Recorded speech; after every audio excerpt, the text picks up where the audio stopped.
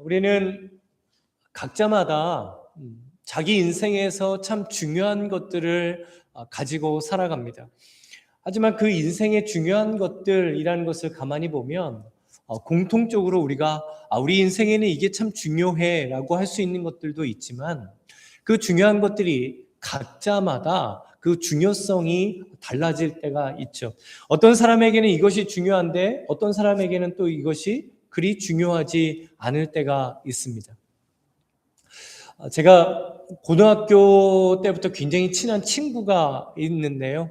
이 친구가 이제 대학을 졸업을 하고 사회생활을 시작을 했는데 갑자기 급성 원형 탈모가 온 거예요. 이 친구가 이제 러시아를 전공했는데 한국에 있는 이 러시아 분들을 위해서 하는 업무를 했습니다. 근데 스트레스를 너무너무 많이 받은 거죠. 그래서 어느 날 갑자기 이제 거울을 봤는데 500원짜리만한 이 원형 탈모증이 이렇게 딱 생긴 겁니다. 근데 중요한 게 위치였어요.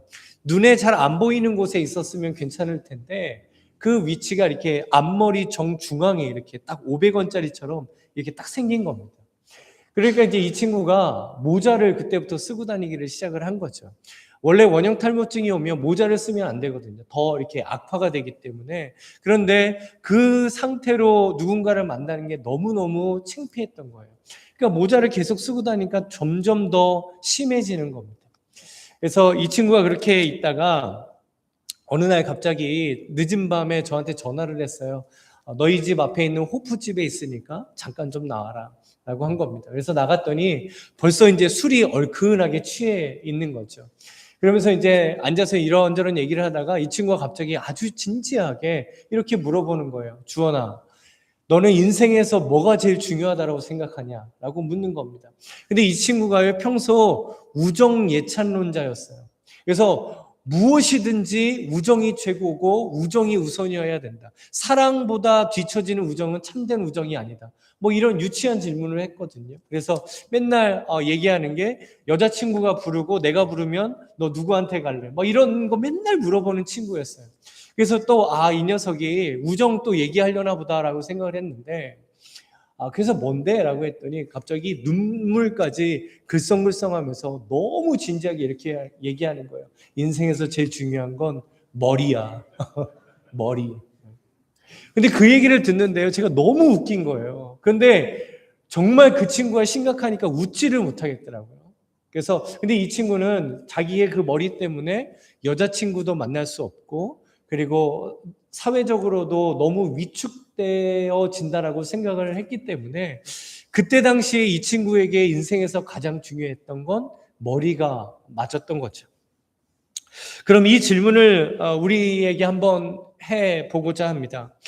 인생에서 가장 중요한 것은, 지금 내 인생에서 가장 중요한 것은 과연 무엇일까요?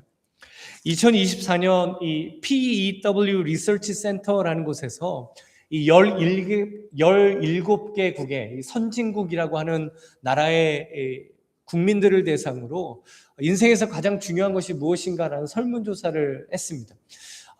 거의 모든 나라에서 압도적으로 1위를 한 대답이 있어요. 그게 뭘까요? 뭐라고 대답하실래요? 인생에서 가장 중요한 것이 무엇입니까? 라고 묻는다면 얘기 안 하실래요? 당연히 뭐 예수님, 우리는 뭐 이렇게 대답할 거지만 대답을 가장 많이 한 것은 바로 가족이었습니다. 가족이 압도적으로 1위였다라고 해요. 그리고 두 번째가 건강이었습니다.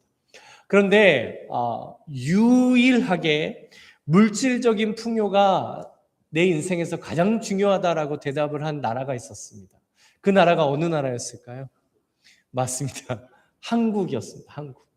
한국 사람들은 1위가 물질적인 풍요, 2위가 건강, 3위가 가족이었어요. 항상 이런 데이터들을 보면 한국 사회에 뭔가 문제가 있는 것처럼 많이 판단을 하고 해석을 하게 되죠. 그런데 우리가 한번 진지하게 생각해 볼 것이 있습니다. 인생에서 가족이 중요하다라는 것은 잘 알고 있죠. 그렇게 잘 대답을 합니다.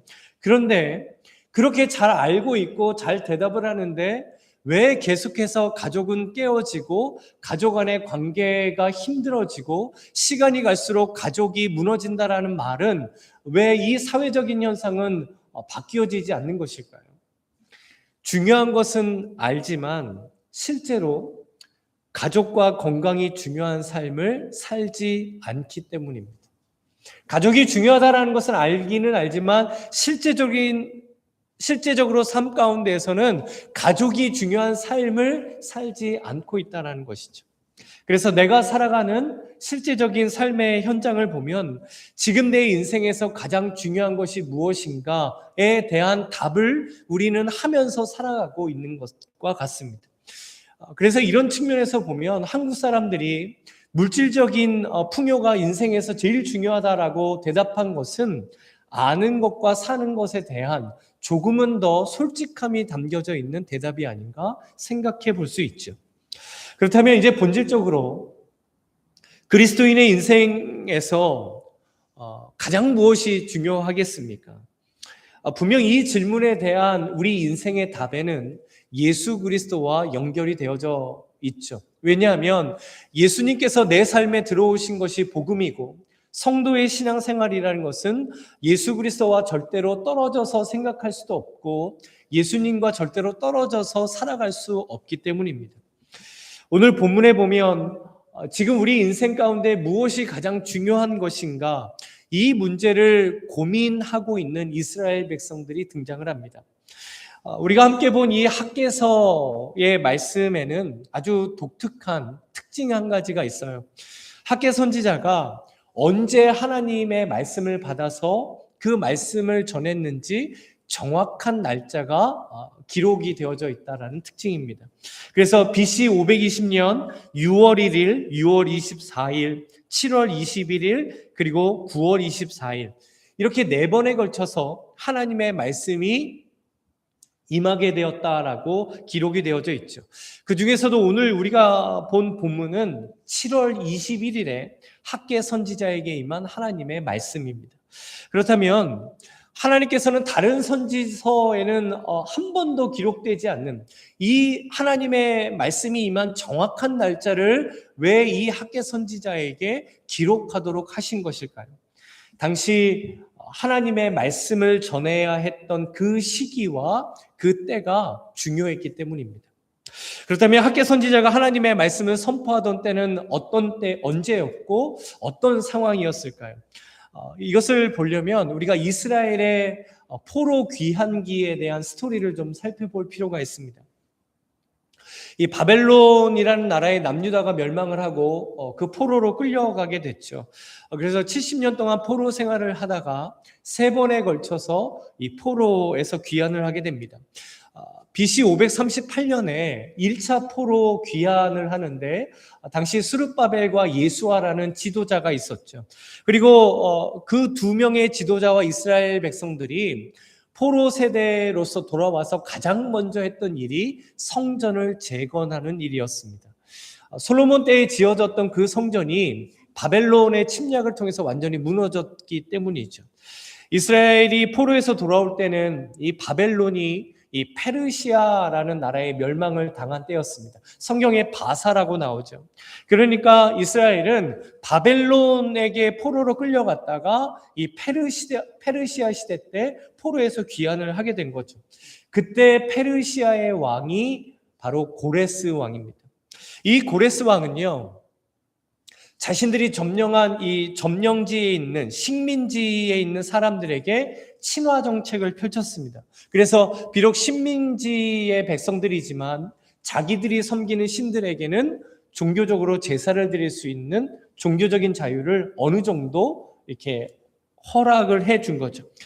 그렇지만 성경에 보면 이 고레스 시대에도 역사를 주관하시는 분은 하나님이시다라는 것을 분명하게 말씀해 주십니다. 우리 에스라 1장 1절 말씀을 보면 바사왕 고레스 원년에 여호와께서 예레미야의 입을 통하여 하신 말씀을 이루게 하시려고 바사왕 고레스의 마음을 감동시키심에 그가 온 나라에 공포도 하고 조소도 내려 이르되. 그러니까 하나님께서 고레스의 마음까지도 주관하여 주셔서 이스라엘 백성들이 포로에서 귀환하도록 하셨다라고 분명하게 말씀해 주시죠. 이렇게 하나님께서 섭리하셔서 포로에서 돌아온 세대들이 이제 사명감을 가지고 성전을 재건을 하기를 시작을 합니다. 그런데 그때 당시 사마리아 땅에 살고 있었던 사마리아인들이 이 성전 재건을 방해를 하게 되죠. 처음에는 내가 너희들을 좀 도와줄게 라고 했습니다. 근데 유대인들이 그 도움을 거절하게 되었죠. 그때부터 이제 본격적인 방해 공작이 펼쳐집니다. 당시 사마리아 땅에는 이 아수르라는 나라에 멸망을 했던 북이스라엘 그 땅에 아수르가 다른 나라의 사람들을 끌고 와서 일부러 살게 했죠. 그래서 이방 민족들이 살고 있었고 그 이방 민족들과 유대인들 사이에 태어난 혼혈인들이 사마리아 땅에 살고 있었습니다. 그러면서 남유다가 바벨론의 포로로 끌려갔을 때 그 지역에 기득권을 차지했던 게 사마리아인들이죠. 그런데 갑자기 유대인들이 돌아와서 성전을 짓겠다라는 거예요. 그러니까 자신들의 기득권의 위협을 느끼게 되자 방해를 하게 된 거죠. 그래서 이 일을 통하여 신약시대 예수님 시대까지 유대인과 사마리아인들이 마치 원수지간처럼 지내게 된 결정적인 이유가 되게 됩니다. 사마리아 사람들은 그 성전을 재건 방해하기 위해서요, 페르시아 고위 관료들에게 계속해서 뇌물을 상납하게 돼요. 그리고 이스라엘 백성들이 성전을 짓는 것이 아니라 성벽과 성읍을 재건하고 있다는 거짓된 고소장을 내게 됩니다. 이것은 페르시아 왕의 입장에서 보면 굉장히 위협적인 그런 소식이었죠. 왜냐하면 성전은 종교 행사를 위한, 제사를 위한 건축물이었지만 성벽은 그 의미가 완전히 달라지죠. 성벽은 다른 외부에서 침략하는 이들과 우리가 전쟁을 벌이겠다, 우리를 보호하겠다라는 의미를 가진 건축물이었기 때문입니다. 당연히 그 거짓 고소장을 받은 페르시아 왕은 깜짝 놀라서 성전 재건 공사를 중단시키게 되죠. 그렇게 성전 재건이 무려 16년 동안이나 중단이 되게 됩니다. 그러다가 다리오 왕 2년에 다시 성전을 공사할 수 있도록 이제 허락을 해주게 되죠. 제가 왜 이렇게 긴 스토리를 말씀을 드렸냐면 바로 이때가 학개 선지자가 하나님의 말씀을 받아 전한 시기였기 때문입니다. 그러니까 이 16년이라는 긴 기간 동안 성전 재건이 방치되었지만, 중단되었지만 지금 우리가 하나님을 위하여 하나님께 제사를 드리기 위하여 성전을 재건하자고 격려하고 권면하면서 그 사명감을 가지고 학개 선지자가 하나님의 말씀을 전하고 있는 것이죠. 그리고 앞으로 지어질 그 하나님의 성전을 통해서 하나님께서는 놀라운 뜻과 놀라운 하나님의 계획을 이루어 가실 것이다 라는 그 말씀을 학개 선지자가 이스라엘 백성들에게 전하고 있습니다. 우리 함께 7절 말씀을 함께 읽어보죠. 학개 선지자가 이스라엘 백성들에게 이렇게 전하죠. 같이 읽겠습니다. 또한 모든 나라를 진동시킬 것이며 모든 나라의 보배가 이르리니 내가 이 성전의 영광이 충만하게 하리라. 만군의 여호와의 말이니라. 아멘. 이 말씀에서 너무너무 중요한 것이 바로 모든 나라의 보배라는 것입니다. 하나님께서 모든 나라를 진동시키시겠다라고 합니다. 이것은 어떤 하나님이 지진을 일으키시겠다 이런 뜻이 아니라 하나님께서 모든 나라의 역사를 주관하시고 섭리하시겠다라는 의미이죠. 이것이 바로 그리스도인들이 역사를 바라보는 기독교적 역사관입니다. 그런데 그때 앞으로 완공하게 될 그 성전에 영광이 충만하게 할 모든 나라의 보배가 이르게 될 것이다 라고 하나님께서 말씀해 주시죠. 그렇다면 이 모든 나라의 보배, 이것이 무엇을 의미하고 가리키는 것일까요? 이 보배라는 원어적인 뜻은요, 기쁨의 대상, 소망의 대상, 간절히 바라고 원하는 것이라는 뜻입니다. 그러니까 모든 나라에게 기쁨과 소망의 대상이 된다는 것인데 그 대상이 되기 위해서는 그들에게 실제로 기쁨을 주어야 하고 소망을 주어야 하는 것이죠. 그렇다면 모든 나라들에게 기쁨을 주고 소망을 줄 수 있는 그 분이 누구시겠습니까? 바로 예수 그리스도입니다. 결국 이 학개서에서 말씀하시는 모든 나라의 보배라는 것은 하나님께서 세우실 그 성전을 영광스럽게 하실 예수 그리스도를 말씀하고 계시는 것이죠. 왜냐하면 예수님께서는 이스라엘뿐만 아니라 모든 나라들에게 구원을 주시는 그 기쁨과 소망의 소식이 된 복음을 전해주셨기 때문입니다.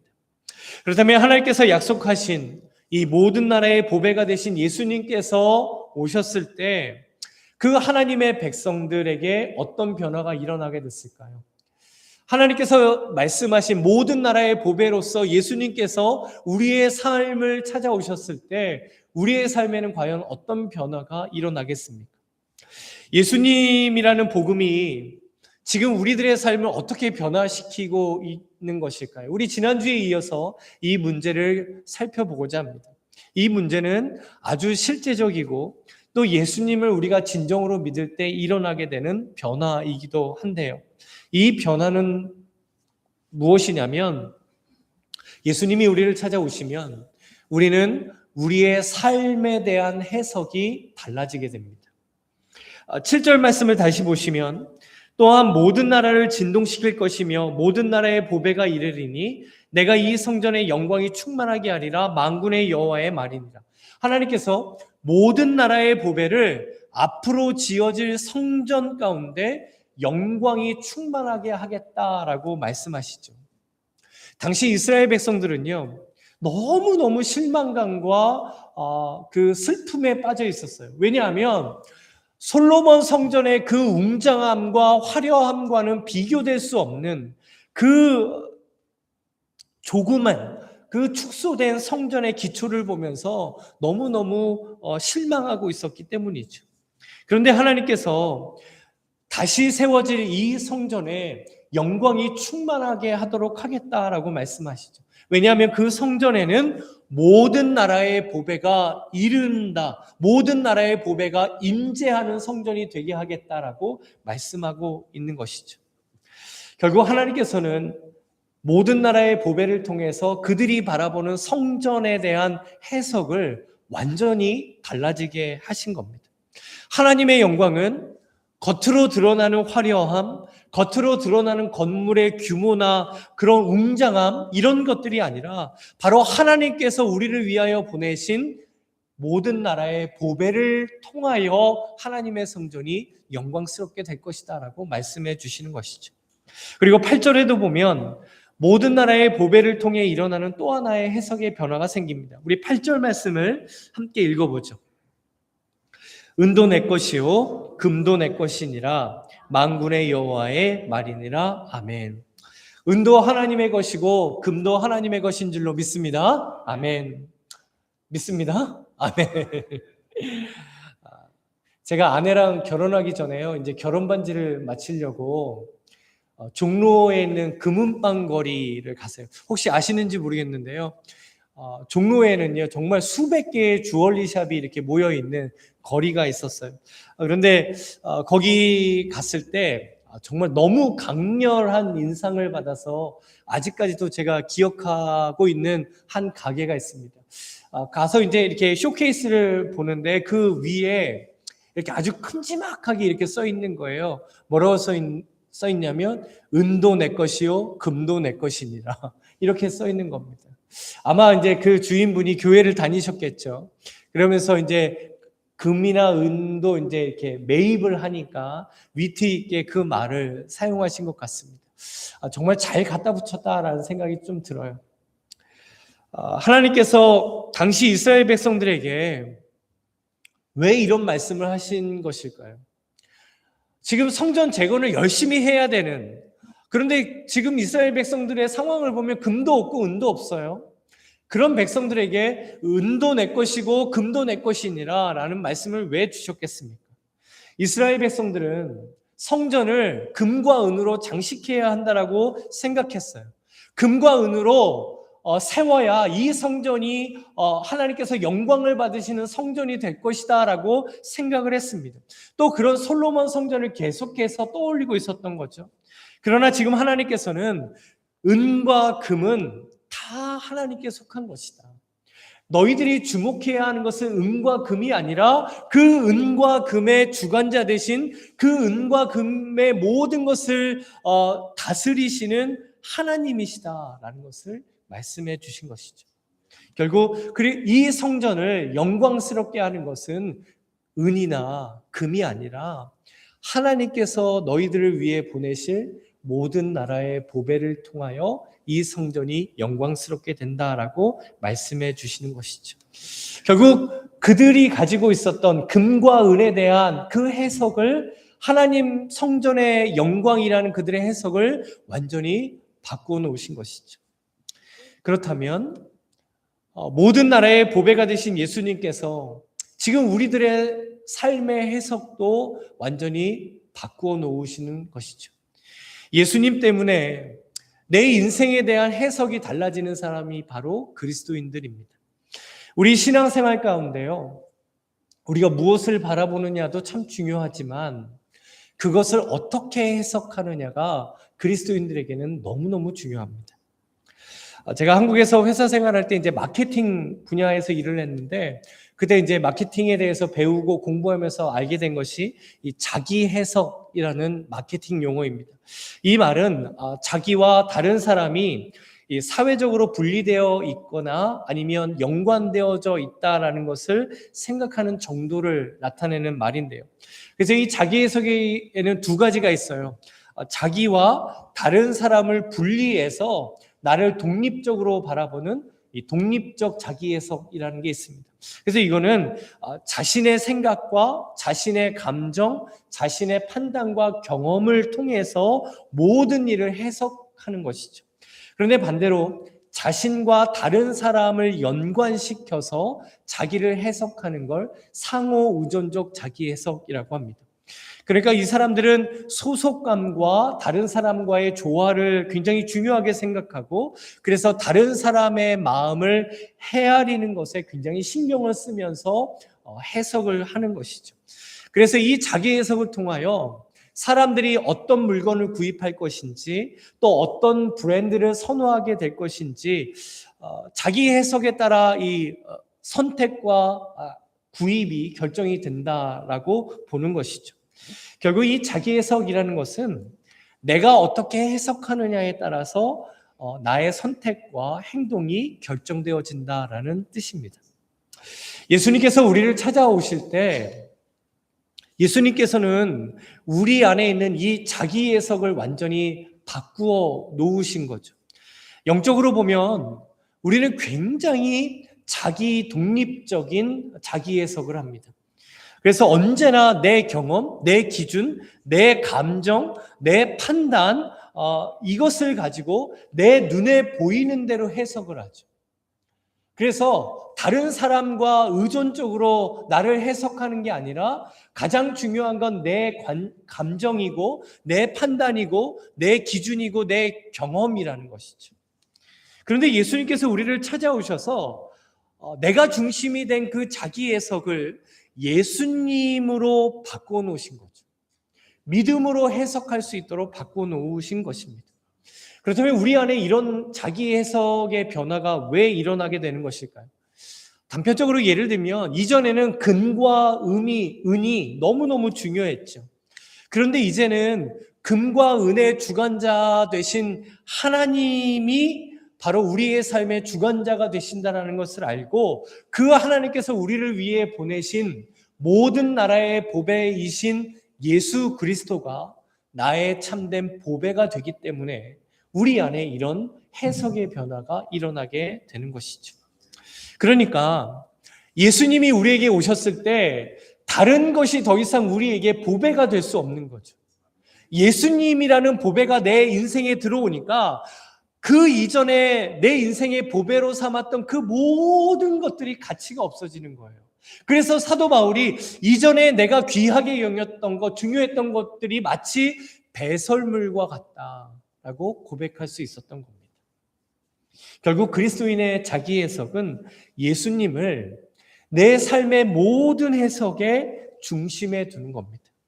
그래서 예수님을 나의 모든 선택과 중심에 결정의 중심에 두고 예수님이 내 삶의 진정한 보배입니다라고 실제적으로 고백하며 이 믿음을 실천해 가며 사는 것이죠. 그렇기 때문에 우리는 가장 먼저 가정에서 배우자를 바라볼 때에도, 또 자녀들을 바라볼 때에도, 또 우리 가정에서 일어나는 모든 일에 대해서도 예수님의 해석이 중요합니다. 예수님 때문에 해석해 나아가는 그 영적인 해석이 우리에게 참 중요하죠. 예수님을 통해 해석하면서 배우자나 자녀들을 바라보게 되면 정말 은혜롭게 다가오고, 이전에는 감사할 수 없었던 것들도 예수님을 통해 해석해 나아가다 보면 감사의 제목으로 우리에게 다가오게 되는 것이죠. 제 카톡 화면에요, 이렇게 숫자 하나가 있어요. 이게 뭐냐면 숫자를 자동적으로 카운팅 해줘서 이렇게 숫자를 보여주는 건데, 오늘 제가 이제 봤더니 오늘이 1441일입니다. 이게 무슨 날짜일까요? 혹시 게스가 되세요? 이 날은 뭐냐면 제가 아내를 처음 만난 날부터 오늘까지 이제 카운팅하는 날짜입니다. 목사님 간지럽게 막 이렇게 생각하실 수도 있지만, 제가 아내를 너무 막 대단한 사랑을 했기 때문에 이런 걸 한 게 아니라요. 어느 날 갑자기 이런 생각이 들었어요. 내가 아내를 처음 만났을 때의 그 마음으로 사랑을 해야겠구나.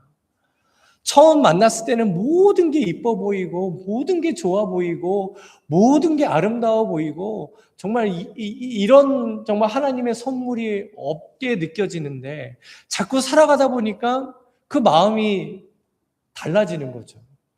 이것도 마음에 안 들고, 저것도 눈에 걸리고, 이거는 왜 이렇게 하지? 이거는 왜 이렇게 말하지? 아니, 내가 이렇게 전에 말했는데 이 사람은 왜 안 바뀌지? 이런 생각이 자꾸 드는 겁니다. 그러니까 처음에 가졌던 그 마음이 달라지는 거예요. 그래서 처음에 그 느꼈던 마음을 가져야겠다, 그렇게 사랑하고 싶다라고 해서 이제 그 날짜를 이제 기록하게 됐습니다. 그래서 카톡을 볼 때마다 그 날짜가 떠요. 그래서 오늘도 하루 더 사랑하겠구나, 이렇게 생각이 됩니다. 그러니까 갈수록 더 사랑하기를 좀 스스로 다짐해 보고, 실제로 이제 아내를 조금 더 사랑해야겠다라는 생각으로 사랑을 좀 실천해 보려고 합니다. 근데 문제는 제가 사랑을 더 하고 싶은데 아내는 그런 저를 꽤 귀찮아하는 것 같습니다. 계속해서 뭔가 귀찮아하는 것 같아요. 세상적인 원리와 방식으로 내가 해석의 중심이 되면 우리는 우리 배우자를요, 믿음의 사람으로 대할 수가 없어요. 내가 기준이 돼서 해석을 자꾸 하면 내 배우자를 하나님께서 주신 믿음의 배우자로 볼 수가 없습니다. 자녀들도 마찬가지예요. 세상적인 자녀 교육과 성공의 기준으로 우리 자녀들을 자꾸 해석을 해 나가다 보면 우리는 그 자녀를 믿음의 자녀로 키우기가 너무너무 어렵죠. 첫째 아이가 고등학교 한 10학년쯤 됐을 때 어느 날 저랑 이런 대화를 하게 됐어요. 이 모든 부모님들이 그렇지만 우리 자녀들을 볼 때 이런 생각 많이 하잖아요. 이놈이 조금만 더 열심히 하면 더 잘할 텐데. 얘는 머리는 똑똑한데 노력을 안 해. 그래서 조금 더 노력하면 더 좋을 텐데. 이런 욕심이 생깁니다. 그래서 하루는 이제 첫째 아이를 불러다 놓고, 아빠가 보기에 너 지금 최선을 다하는 것 같지 않다. 너 조금만 더 열심히 하면 뭔가 더 잘 될 것 같은데 좀 더 했으면 좋겠다라고 얘기를 했어요.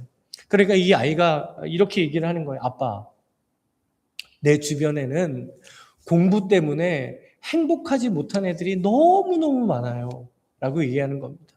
AP를 막 몇 개씩 듣느라고 막 정신도 없고, 막 성적 조금 더 잘 받으려고 뭐 애들 친구 관계 뭐 이런 거는 상관없이 공부만 하는 그런 아이들의 모습이 자기가 보기엔 너무너무 행복하지 않다라는 거예요.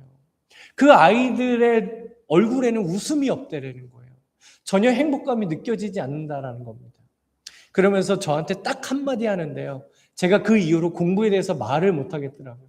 제 첫째 녀석이 이렇게 얘기하는 거예요. 아빠, 그런데 지금 나는 너무너무 행복하게 공부하고 있어요. 나는 지금 너무 행복해요. 라고 얘기를 하는 겁니다. 제가 말을 못 하겠더라고요. 아니, 행복하다는데 무슨 말을 하겠어요. 그래서 제가 그랬어요. 그러면 한 가지만 딱 약속하자. 그게 뭐냐면 이제부터 아빠가 너의 성적에 대해서 얘기를 안 할게. 그렇지만 약속할 것은 모든 것에 최선을 다하는 크리스찬이 되자. 하나님 앞에 무엇이든지 최선을 다하는 크리스찬이 되자라고 약속을 했습니다. 저는 그 전에는 이 아이를요, 다른 아이들과 비교하면서 자기 해석을 하려고 했던 거죠. 그런데 이 날의 대화가 저와 아들의 이제 해석의 변화가 생기게 된 겁니다. 그런데 솔직하게 부모의 마음이 또 그렇지 않잖아요. 자식이 공부도 조금 더 잘했으면 좋겠고, 좋은 대학 갔으면 좋겠고, 또 성공하는 삶을 살았으면 좋겠는 마음이 있잖아요. 그래서 그 욕심이요, 지금도 스물스물 제 안에 올라와요. 그래서 못마땅하게 이제 아이들을 바라볼 때가 있습니다. 그런데 요즘 저희 막내가 고등학교를 갔는데 다시 한번 이 자녀들을 향한 믿음의 자기해석이라는 것을 깨닫고 그 자기해석이 굳혀지는 것 같아요. 막내가요, 이제 뭔가를 쓰면 스펠링이 다 틀려요. 문법도 다 틀리고, 그리고 이렇게 하나도 뭐 말이 안 되는 글들을 써요. 그런데 그것만으로도 감사한 거죠. 이 막내가 요즘 신기술을 굉장히 잘 이용해요. 예전에는 뭐를 쓰려고 하면 그걸 가지고 와서 아빠, 이 월드의 스펠링이 어떻게 돼요? 가르쳐 주세요라고 해요. 그러면 제가 막 바쁠 때는 막 그거 가르쳐 주는 게 그게 뭐라고 이렇게 막 봐드릴 때가 있어요. 그러면 그거 안 가르쳐 주면 아빠는 나 사랑하지 않는 거라고 막 울고 막 이래요. 그런데 그걸 또 가르쳐 주면 이상하게 쓰고 막 이렇습니다. 근데 요즘 이 아이가 이제 저한테 안 물어봅니다. 왜 그러냐면 뭐를 쓰려고 할 때 이제 딱 핸드폰을 꺼내요. 그리고 딱 한마디 하죠. 헤이 시리. 그러면 이제 시리가 딱 나와서 뭐 도와줄까? 이 월드의 스펠링 가르쳐줘. 그러면 이제 시리가 딱 가르쳐줘요. 그럼 그거 보고 이제 열심히 써요.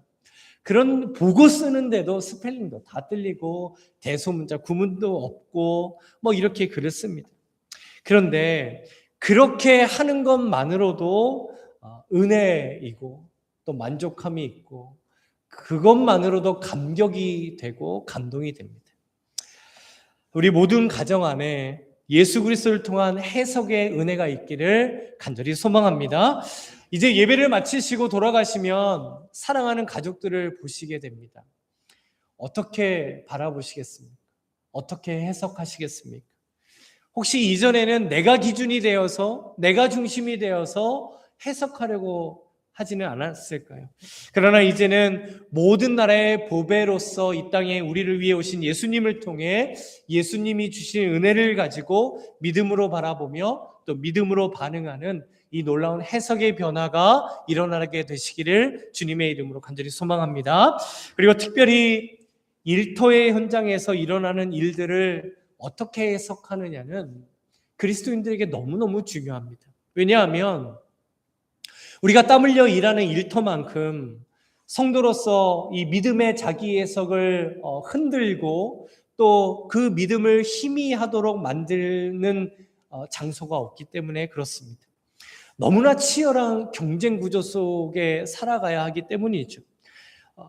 일터에 보면 너무너무 이기적이고 개인주의적인 모습들이 많이 나타납니다. 그리고 무엇보다 이 세상에서 가장 중요한 건 다른 게 아니라 물질이야, 돈이야, 성공이야. 이것을 말하는 현장이 바로 우리의 일터이기 때문에 그렇죠. 그런데도 그곳에서 예수 그리스도라는 믿음의 해석을 하는 그리스도인이 우리는 되어야 합니다. 그런데 이것이 얼마나 어려운가를 저는 잘 알고 있어요. 저도 회사 생활을 할 때 이게 너무너무 힘들더라고요. 너무너무 어려워요.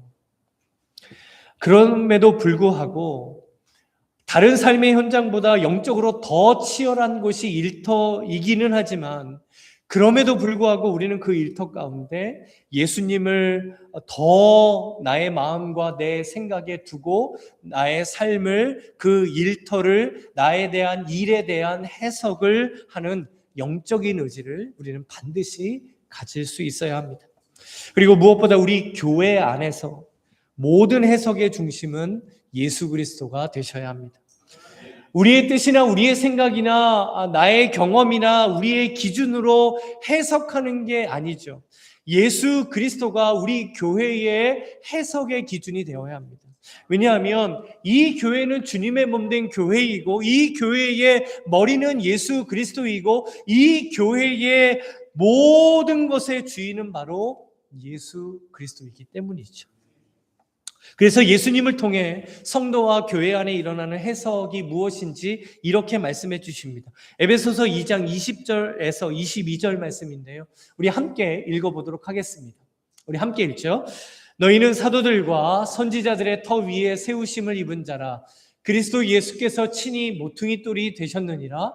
그의 안에서 건물마다 서로 연결하여 주 안에서 성전이 되어가고 너희도 성령 안에서 하나님이 거하실 처소가 되기 위하여 그리스도 예수 안에서 함께 지어져 가느니라. 아멘. 예수님을 통해 성도 안에 정말 놀라운 자기 해석이 일어나는데 그것이 무엇이냐면 나는 하나님의 거룩한 성전이다라는 자기 해석입니다. 하나님의 우리가 살아가면서 나는 하나님의 성전이다라는 이 해석이 될 때 어떤 일이 일어나게 될까요? 하나님의 성전인 나를 더럽힐 수 있는 것들이 얼마든지 우리 안에 들어올 수 있습니다. 이미 우리는 예수 그리스도를 믿고 거룩한 하나님의 성전이 되었음에도 불구하고 우리에게는 죄성이 있기 때문에 언제든지 그 하나님의 성전을 더럽힐 수 있는 것들이 들어올 수 있죠. 그런데 문제는 나는 하나님의 거룩한 성전이다라는 이 자기 해석을 해 나아갈 때 그 성전을 더럽힐 수 있는 것들을 더 이상 방치할 수 없게 되는 거죠. 오래 내 안에 내버려 둘 수가 없는 겁니다. 어떻게 해서든 빨리 그것을 하나님의 성전된 내 안에서 치워내 버리고 싶은 의지가 우리에게 생기는 것이죠.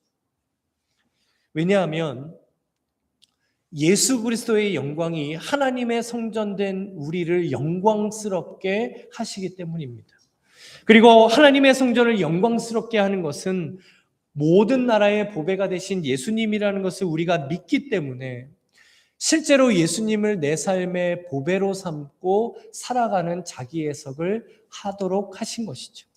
그리고 여기 중요한 것이 또 한 가지 있습니다. 그것은 바로 나뿐만 아니라 다른 사람도 거룩한 하나님의 성전이라는 해석을 하는 것이죠. 나 혼자 거룩한 것이 아니라 다른 이들도 그렇게 존귀하고 거룩한 하나님의 성전이라는 것을 우리는 해석해 나아가야 합니다. 그래서 그리스도인들이 다른 이들을 존중해주고 섬겨주고 높여주는 이유가 바로 여기에 있습니다. 우리의 인격이 뭔가 대단해서 우리가 어떤 믿음의 경지에 이르러서 그런 삶을 살아가야 한다, 이게 아니에요. 우리는 얼마나 자기중심적이고 이기적인 존재인지 모릅니다. 섬기는 것보다 섬김을 받는 것 더 좋아하잖아요. 내가 누군가를 높여주는 것보다 다른 이들이 나를 높여주는 걸 더 좋아하잖아요. 내가 누군가를 인정해주는 것보다 다른 이들이 나를 인정해주는 걸 더 좋아하는 본성을 가지고 있는 우리들입니다. 그럼에도 불구하고 나는 하나님의 거룩한 성전이고 그들도 하나님의 거룩한 성전이다라는 이 해석을 할 때 그분이 하나님의 정말 거룩한 성전이라는 것을 아니까 그 거룩한 성전을 내가 높여주는 거예요. 내가 섬겨줄 수 있는 겁니다. 하나님의 형상으로 창조된 피조물일 뿐만 아니라 하나님의 거룩한 성전이라는 것을 믿는 것이죠. 그리스도 예수를 통해서 성전이 된 우리를 예수님께서 영광스럽게 하십니다. 그러나 우리는 완전하지 못하죠. 그래서 예수님 안에서 우리는 함께 지속적으로 성전으로 세워져 가야 합니다. 여기서 아주 중요한 걸 하나님께서 말씀해 주셨는데 그것이 바로 주 안에서 함께 지어져 가느니라입니다. 우리는 절대로 혼자 지어져 가는 성전이 아닙니다. 하나님께서는 교회를 그렇게 세우시지 않으셨어요. 함께 지어져 가는 성전으로서 이 교회를 세우셨습니다. 이것이 바로 우리 교회가 가져야 하는 해석의 기준이 되는 것이죠. 이렇게 우리가 하나님의 성전으로 함께 지어져 가는 교회이다라는 이 해석을 해 나아갈 때 놀라운 일이 벌어져요. 어떤 일이냐면 우리는 각자마다 가진 관점이 다르고 이해와 판단이 다릅니다. 그래서 각자마다 해석이 다를 수밖에 없는 상황이죠. 그런데 예수 그리스도가 중심이 되는 해석을 해 나아가다 보면 어느샌가 우리 안에 공통된 해석의 기준이 생기게 됩니다.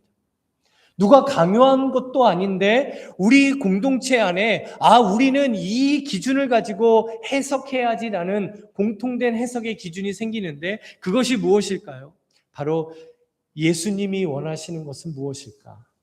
예수님의 뜻은 무엇일까? 예수님을 닮아가는 것은 과연 무엇일까라는 해석의 기준이 생기는 것이죠.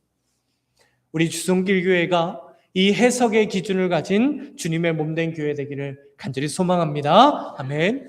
주님 안에 사는 성도 여러분, 우리는 계속해서 삶을 해석해 나아가야 합니다.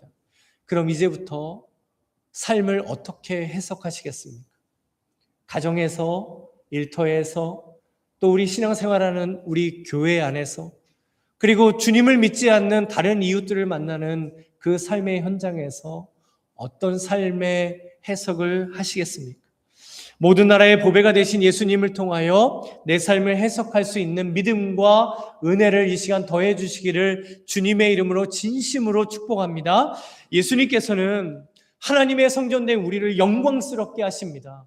내 자격과 내 조건이 아니에요. 아무리 우리가 질그릇과 같은 연약한 존재라 할지라도 예수 그리스도가 우리 안에 계시기에, 그 주님의 임재가 있기에 그 예수님께서 우리를 영광스럽게 하시는 줄로 믿습니다.